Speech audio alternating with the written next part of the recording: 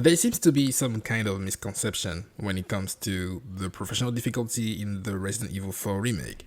You shouldn't try to speedrun it, but instead smart run it. I'm going to explain the difference shortly, but first, I want to brighten your day with the most amazing discovery when it comes to this game.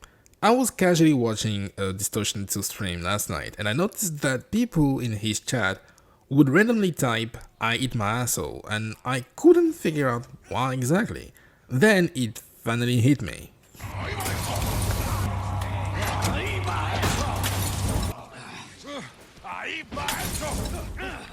Listen, I'm not fluent in Spanish, though I may understand some words. That said, it does feel like the enemies in this game are saying "I eat my asshole," which is the funniest thing I've ever seen. And once you hear it, you can never unhear it.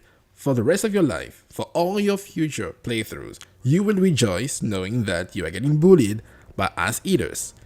And when you think about it, maybe, just maybe, that's where the plaga originated from. Because that's highly, eating ass is highly unsanitary. Anyway, I just wanted to share the life with you, and I hope it worked.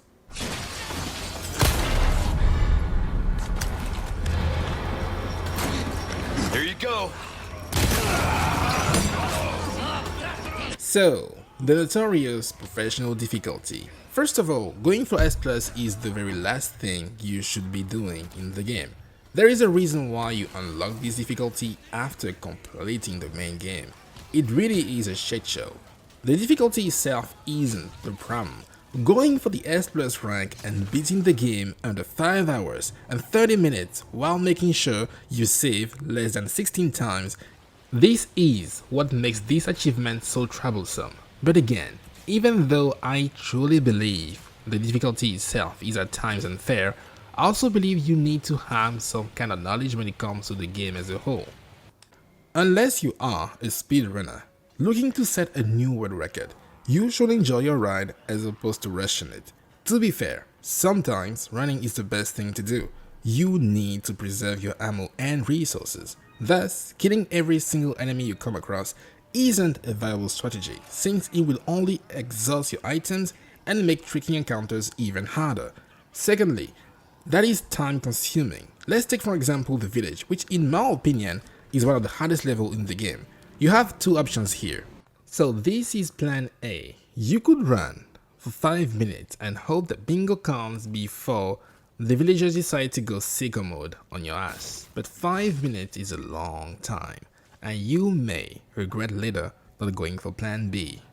Plan B is to use 2 hand grenades in order to kill as many villagers as possible while doing so. If you play your cards right, you could go from wasting 5 minutes to just 1 or 2, which is substantial. And no, listen, you cannot shoot the bell on a new game file since your handgun bullets don't travel that far and that fast. So please stop bringing this up, thanks.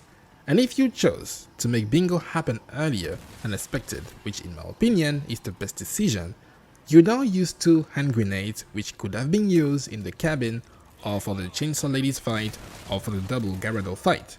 So in the long run, was it really a smart decision? Yes, it was. It absolutely was. Because the longer you linger in the village, the more likely you are to die. Enemies will keep trying to corner and surround you. And as long as you take the time to scavenge each chapter, the next encounters won't be as difficult. In all 8 playthroughs I've had in this game, I only died once in the cabin, and it wasn't standard. Knowing what to expect in chapter 5, I always make preparations and come up with a strategy. Not only is it effective, but it helped me understand what exactly is expected of me.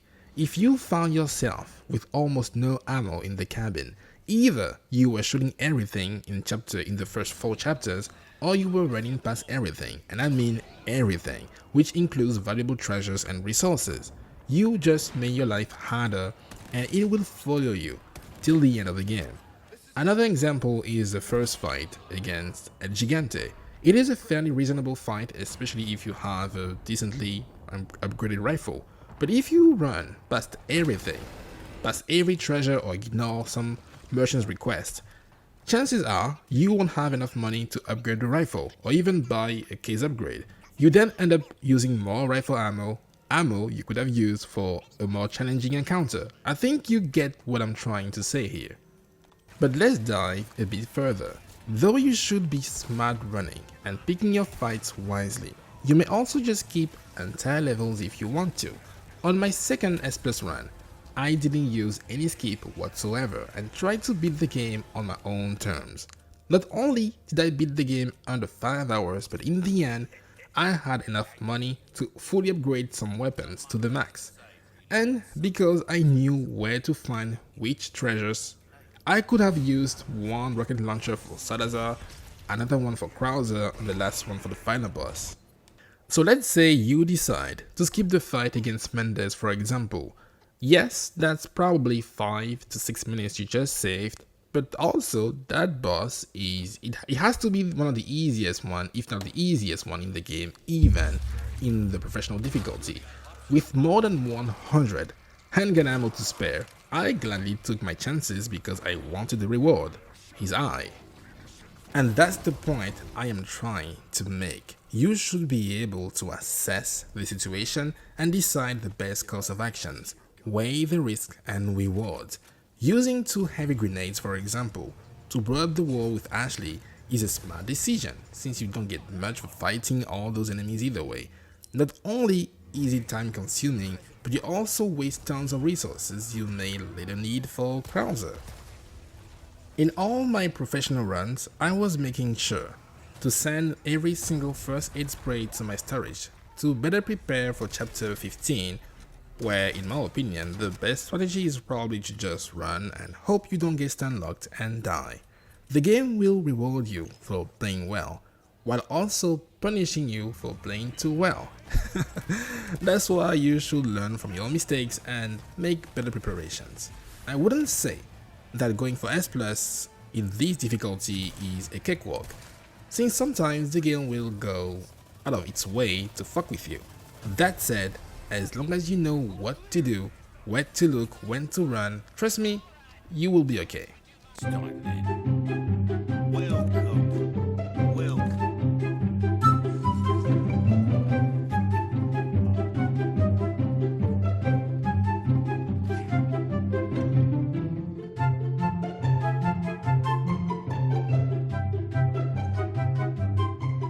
Furthermore, going for S Plus has never been easier, since you can get the hand cannon in Mercenaries and then go buy an exclusive ticket in the store.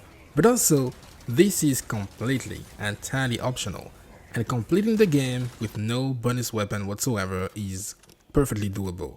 It just requires a bit of know-how. Thanks for coming to my podcast. I am strongly thinking about streaming a professional no merchant run soon. Unless, of course, Dead Island 2 sucks the life out of me. Anyway, I really enjoyed the game and wanted to share my opinions when it comes to achieving S+. Work smarter, not harder.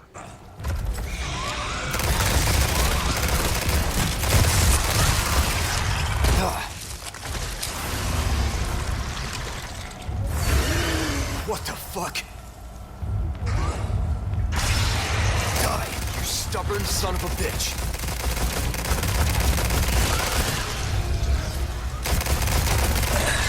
Come on.